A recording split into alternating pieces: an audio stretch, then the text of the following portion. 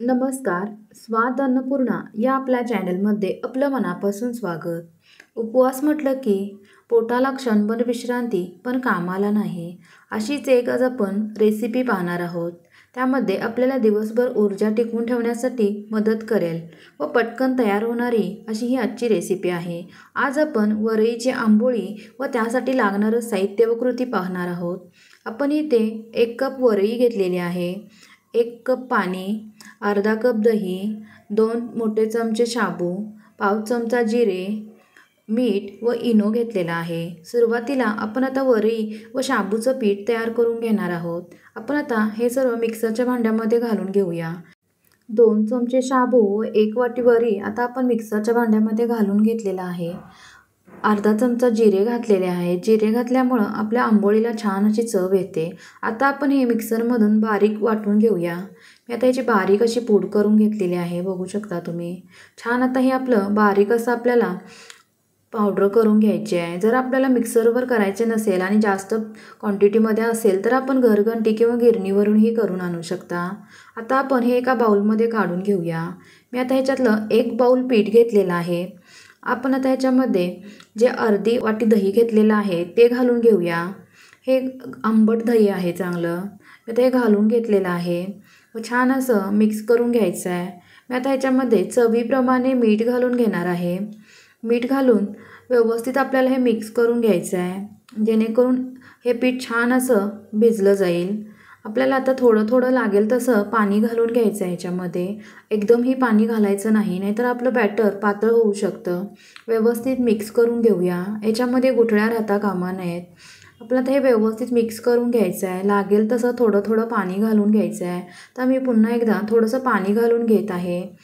व्यवस्थित याला एका डायरेक्शनमध्ये मिक्स करून घेऊया, जेणेकरून आपल्या आंबोळ्या छान तयार होतील. आता आपलं जे शिल्लक थोडंसं पाणी होतं तेही मी घालून घेतलेलं आहे. ह्याला अंदाजे 1 बाउल पाणी लागलेलं आहे, बघू शकता. आता हे छान असं आपलं मिक्स झालेलं आहे. मी आता स्पॅच्युलाने ह्याला व्यवस्थित असं करून घेते. अशा कन्सिस्टन्सीचं पीठ हवं आहे. आता हे भिजल्यानंतर थोडंसं घट्ट होईल. आता आपण याला 15 ते 20 मिनिटासाठी झाकून ठेवायचं आहे. आता आपण चटणी करून घेऊया खोबऱ्याची. त्यासाठी लागणारं साहित्य: खोबरं, कोथिंबीर, 2 ते 3 मिरच्या आहेत, लिंबाचा रस, 1 चमचा साखर, जिरे, मीठ व कढीपत्ता आहे. आता आपण हेही मिक्सरच्या भांड्यामध्ये घालून छान अशी चटणी तयार करून घेणार आहोत. तर आपण इथे खोबरं घालून घेतलेलं आहे. 2 ते 3 मिरच्या घालून घेऊया. आपल्याला जर जास्त तिखट लागत असेल तर आपण मिरची कमी जास्त करू शकता. मी आता ह्याच्यामध्ये 1 चमचा साखर घालून घेत आहे, जेणेकरून आपल्या चटणीला छान एक चव येईल. पाव चमचा जिरे घातलेले आहेत. आपण चवीप्रमाणे मीठ व लिंबाचा रस घालून घेऊया. त्याच्यामुळं छान असं चटणीला एक आंबटपणा येईल आपल्या. मी थोडीशी कोथिंबीरही घालून घेत आहे, जेणेकरून चव छान येईल आपल्या चटणीला. आता छान असं हे मिक्सरमधून मी वाटून घेतलेलं आहे.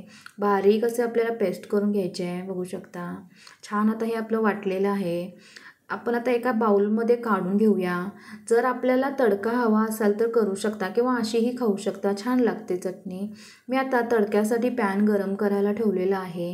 ह्याच्यामध्ये जे आपलं घरातलं साजूक तूप आहे ते मी घालून घेत आहे 1 चमचा. छान असं तूप मेल्ट झाल्यानंतर पाव चमचा जिरे घालून घेऊया. जिरे छान तडतडले की आपण याच्यामध्ये 10 ते 12 कढीपत्त्याची पानं घालून घेतलेली आहे, ती घालून घ्यायची आहे व चांगली फोडणी तडतडू लागली की जे आपण चटणी करून ठेवलेली आहे त्याच्यावरती आपल्याला हे घालून घ्यायचं आहे व व्यवस्थित मिक्स करून घ्यायचं आहे, जेणेकरून आपल्या सर्व चटणीमध्ये आपले हे तडका मिक्स होईल व चटणीला छान अशी चव येईल. बघू शकता आता आपली चटणी छान अशी तयार झालेली आहे. आता आपण बटाट्याची भाजी करून घेऊया. मी इथं 2 बटाटे उकडून घेतलेत, बारीक चिरलेली मिरची, थोडंसं खोबरं आहे ओलं, शेंगदाणे, कढीपत्ता, कोथिंबीर, चवीप्रमाणे मीठ व थोडेसे आपले जिरे आहेत. आता पॅनमध्ये आपण तेल घालून घेऊया. तेलाऐवजी आपण तुपाचाही वापर करू शकता. मी पाव वाटी ते शेंगदाणे घेतलेले आहेत, कढीपत्ता, अर्धा चमचा जिरे आहे ते घालून घेऊया व बारीक चिरून घेतलेली मिरची आहे. आपल्याला जर इथे मिरची घालायची नसेल तर मिरची पावडर वापरू शकता. आपण त्याच्यामध्ये मसाला नसला पाहिजे, जेणेकरून उपवासाला चालेल. मी आता थोडीशी कोथिंबीर घालून घेत आहे व याला छान असं परतवून घ्यायचं आहे, जेणेकरून आपले शेंगदाणे आपले छान तेलामध्ये भाजले जातील. नाहीतर पटकन असेच आपण बटाटे टाकले तर आपले शेंगदाणे भाजणार नाहीत व ते चव लागणार नाही व्यवस्थित कुरकुरीत. मी आता चवीप्रमाणे याच्यामध्ये मीठ घालून घेतलेलं आहे व आपण आता हे उकडलेले 2 बटाटे घेतलेत कट करून ते घालून घेऊया. याला व्यवस्थित असं मिक्स करून घ्यायचं आहे.